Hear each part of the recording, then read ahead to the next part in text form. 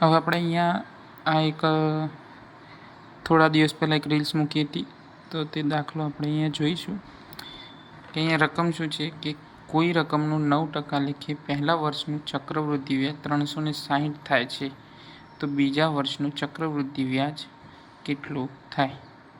એ option આપેલા છે. તો આપણે અહીંયા દાખલો ગણીશું. તો આપણે એક સીધી રીત છે કે અહીંયા આપણે પહેલાં ફર્સ્ટ યર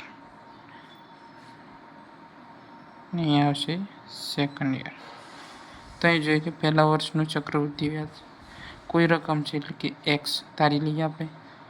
એક્સના 9% એટલે 9/100 બરાબર 360 થાય છે.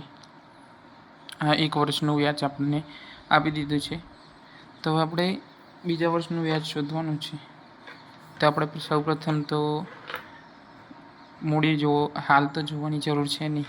આપણે સીધું 9% જે પહેલા વર્ષના કર્યા એ રીતના હવે આજે 360 આવે ચક્રવૃદ્ધિ વ્યાજ છે. તો હવે 360 તો ખરું જ વ્યાજ પ્લસ 360ના 9% કરવાના આપણે, એટલે 0 જશે.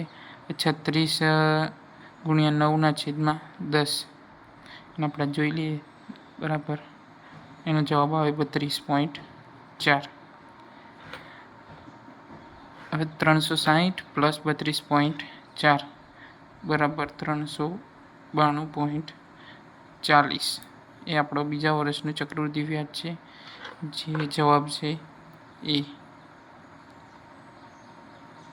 ગણતરી કરવી હોય તો પણ થાય. જો અહીંયા 36 ગુણ્યા 9/10 છે બરાબર છે. તો હવે આપણે અહીંયા ગણતરી કરીએ. તો પહેલાં તો આ 10 અહીંયા જતા રહેશે. 3.6 એ 3.6 ગુણ્યા 9 કરો. 9 × 54 ચોગડો વધી પડી અહીંયા 5 પોઈન્ટના પોઈન્ટ 9 × 27 27 ને 5 32. જો ડાયરેક્ટ 32.4 જવાબ આવી ગયો. તો એ રીતના પણ તમે કરી શકો છો. Thank you. તો બ્રાઇટ માઇન્ડ એકેડમી ચેનલને સબસ્ક્રાઈબ કરો અને આવા જ અવનવા વિડીયો જુઓ.